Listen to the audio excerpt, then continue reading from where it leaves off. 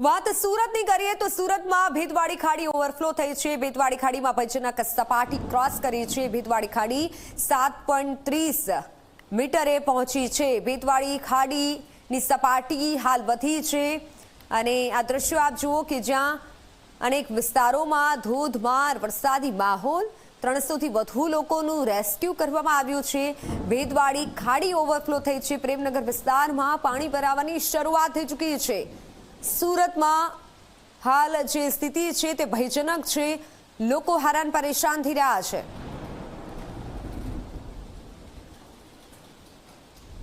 ભારે વરસાદના પગલે પાંડેસરા વિસ્તારમાંથી પસાર થતી જે ભેદવાડ ખાડી છે તે ઓવરફ્લો થઈ છે, જેને કારણે પ્રેમનગર વિસ્તારમાં ધીરે ધીરે પાણી ભરાવાની શરૂઆત થઈ ચૂકી છે અને જે લોકો છે તે લોકોએ પોતાનું ઘર ખાલી કરીને સ્થાનાંતર કરવાની કામગીરી શરૂઆત કરી ચૂકી છે। જી, આપ ક્યાં જઈ રહ્યા છો અને ઘર ખાલી કર્યું છે? હાજી, હું ભેદવાડ પ્રેમનગરથી નાનાભાઈ વાઘ બોલું છું કે અહીંયા આગળ ધીરે ધીરે પાણી ભરવાની શરૂઆત થઈ ગયેલી છે। કદાચ રાતના કે સાંજના વધારે પાણી ભરાઈ જાય તો લોકોને નીકળવા મુશ્કેલ થઈ જશે। એટલા માટે અમે સ્કૂલમાં નહીં તો બુદ્ધ વિહારમાં નહીં તો કોઈ સગાવાળાના ત્યાં આમ તેમ શિફ્ટ થઈ જતા છે। એ આજે કંઈ ભરોસો નથી કે કેટલું પાણી ભરાય ને કેટલું પાણી આવે। એટલા માટે બધા લોકોને બી કહી દીધું છે કે ભાઈ તમે પોતપોતાનું રૂમ ખાલી કરીને બીજી જગ્યા પર જતા રહો। આપણી જાનની સહી સલામતી રહેશે તો ઘણું સારું રહેશે। આ માલ બત્તા તો ક્યારે બી આપણે કમાઈ શકશે, એટલે આપણી જાન જોખમ આપણે પોતે ઉઠાવી લો। તો આપ જોઈ શકો છો ધીરે ધીરે લોકો જે છે તે પોતાનું ઘર ખાલી કરી રહ્યા છે। બીજી તરફ સુરત મહાનગરપાલિકાના મ્યુનિસિપલ કમિશનર અને મેયર દ્વારા પણ લોકોને અપીલ કરવામાં આવી રહી છે કે વહેલામાં વહેલી તકે પોતાનું ઘર અને દુકાન જે છે તે ખાલી કરાય, કારણ કે ધીરે ધીરે જે વરસાદ છે તે ખૂબ જ ભારે સુરતમાં પડી શકે છે, જેને કારણે તકેદારીના રૂપે લોકોને સાવચેતી લેવા માટે અહીં સૂચના આપવામાં આવી રહી છે। આપણી સાથે અન્ય પણ જોડાયા છે। જી, શું પરિસ્થિતિ ખૂબ જ ખરાબ છે। આ જે પરિસ્થિતિ છે એકદમ એક જ મહિનામાં 3 વાર અમને ઘર ખાલી કરવું પડે છે। અત્યારે પણ અમે વિસ્તારમાં પોલીસ સાથે અને એસએમસીની સાથે મળીને અમે બધાને રેસ્ક્યુ કર્યું છે। આજે અમારા જે છોકરાઓ છે આ લોકોનું ભણવાનું જે સાહિત્ય છે આ પણ ખરાબ થાય છે ને, એટલે આર્થિક પરિસ્થિતિ અમારી નબળી થઈ ગઈ છે।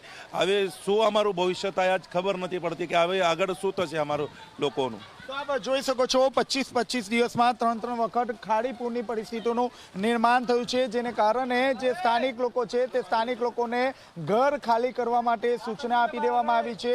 અત્યંત ભારે વરસાદની આગાહી આપવામાં આવી છે, ત્યારે બપોર બાદ સુરત શહેરમાં ધોધમાર વરસાદ વરસશે, જેને કારણે જે પ્રેમનગર જે વિસ્તાર છે તેમાં પણ કમર સુધીના જે પાણી છે તે ભરાવાની પૂરેપૂરી શક્યતા જોવા મળી રહી છે। જી, શું કહેશો? ઘર ખાલી કરાવી રહ્યા છો?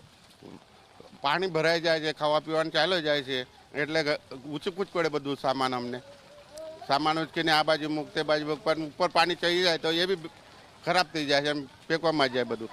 તો આપ જોઈ શકો છો લોકોએ પોતાનો ઘરનો સામાન શિફ્ટ કરી દીધો છે। નજીકનો જે સુરત મહાનગરપાલિકાના જે એસએમસીના કોમ્યુનિટી હોલ છે ત્યાં લોકોને રહેવા અને જમવા માટેની વ્યવસ્થા ઊભી કરી દેવામાં આવી છે। બીજી તરફ એનડીઆરએફ અને એસડીઆરએફની જે ટીમ છે તે ટીમને પણ સુરતના નીચાણવાળા વિસ્તારમાં તૈનાત કરવામાં આવી છે। કેમેરામેન વિજય બેસાણી સાથે ચેતન પટેલ, ઝી મીડિયા, સુરત। તો સુરતના અમે આપને દ્રશ્યો બતાવ્યા। સુરતમાં ભેદવાડી ખાડીમાં ભયજનક સપાટી ક્રોસ કરી છે। ભેદવાડી ખાડી 7.30 મીટરે પહોંચી ચૂકી છે। પ્રેમનગર વિસ્તારમાં પાણી ભરાવાની શરૂઆત થઈ ચૂકી છે। લોકો ઘર મૂકવા પણ મજબૂર બન્યા છે। લોકોને સ્થળાંતર કરવામાં આવી રહ્યા છે। 300 થી વધુ પરિવારો અત્યારે હાલાકીનો સામનો કરી રહ્યા છે। ભારે વરસાદની સુરતમાં આગાહી છે। સુરત શહેરમાં વહેલી સવારથી પડી રહેલા ધોધમાર વરસાદના કારણે સુરતમાંથી પસાર થતી 5 પૈકી એક જે ખાડી છે તે ઓવરફ્લો થઈ છે। સીધા દ્રશ્યો આપના સુધી હું પહોંચાડવાનો પ્રયાસ કરીશ। આપ જોઈ શકો છો ટોપ એંગલના શોટ છે, જે આકાશી દ્રશ્યોમાં જે ભેદવાડ જે ખાડી છે તે ઓવરફ્લો થતી નજરે પડી રહી છે। સીધા દ્રશ્યો આપ જોઈ શકો છો અલથાણ વિસ્તારમાંથી આ ભેદવાડ ખાડી જે છે તે પસાર થઈ રહી છે, પરંતુ ઉપરવાસમાં પડી રહેલા ભારે વરસાદના કારણે હાલ ભેદવાડ ખાડી જે છે તે ઓવરફ્લો થઈ રહી છે. હાલમાં ભેદવાડ ખાડીની જળ સપાટી 7.30 મીટરે પહોંચી ગઈ છે. જે ભયજનક સપાટી જે છે તે 7.20 મીટર જે છે તે ઉપર ક્રોસ કરી ચૂકતા હાલમાં આખો જે વિસ્તાર છે તેમાં પાણી ભરાવાની પરિસ્થિતિનું નિર્માણ થયું છે. સીધા દ્રશ્યો આપ જોઈ શકો છો.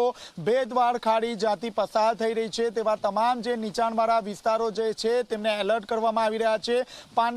પાંડેસરા, કૃષ્ણનગર, નાગસેનગર સહિતના તમામ જે વિસ્તાર છે તેમના સ્થાનિક લોકો જે છે તેમનું સ્થાનાંતર કરવાનું શરૂઆત થઈ ચૂકી છે. કારણ કે બપોર બાદ સુરત શહેરમાં ધોધમાર વરસાદ વરસે તેવી પૂરેપૂરી શક્યતા જોવા મળી રહી છે.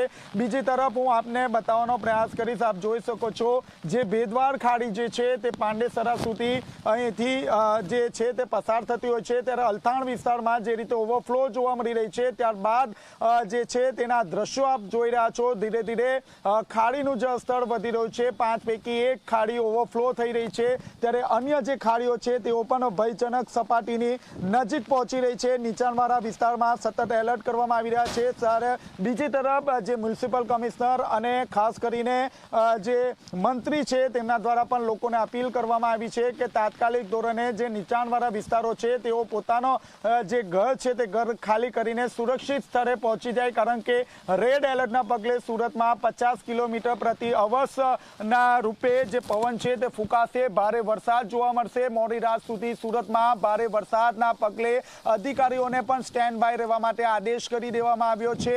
અધિકારીઓને જે તે વિસ્તાર ન છોડવા માટે આદેશ કરી દેવામાં આવ્યો છે. આ ઉપરાંત જો વાત કરીએ તો સતત ગાંધીનગરથી ડિઝાસ્ટર વિભાગ દ્વારા મોનિટરિંગ કરવામાં આવી રહ્યું છે. તમામ જે ગતિવિધિઓ છે તેના પર બાદ નજર રાખવામાં આવી રહી છે. સુરતના જે પર્વત પાટિયા, સણિયા અહેમદ, પાંડેસરા, ઉધના સહિતના તમામ જે વિસ્તાર છે તેના નીચાણવાળા વિસ્તારોમાં પાણી ભરાવાની પરિસ્થિતિનું નિર્માણ થયું છે. એનડીઆરએફ અને એસડીઆરએફની ટીમો બોલાવવામાં આવી છે. આ ઉપરાંત જે પરિસ્થિતિ છે વધુ બગડશે તેવી શક્યતા જોવા મળી રહી છે, જેને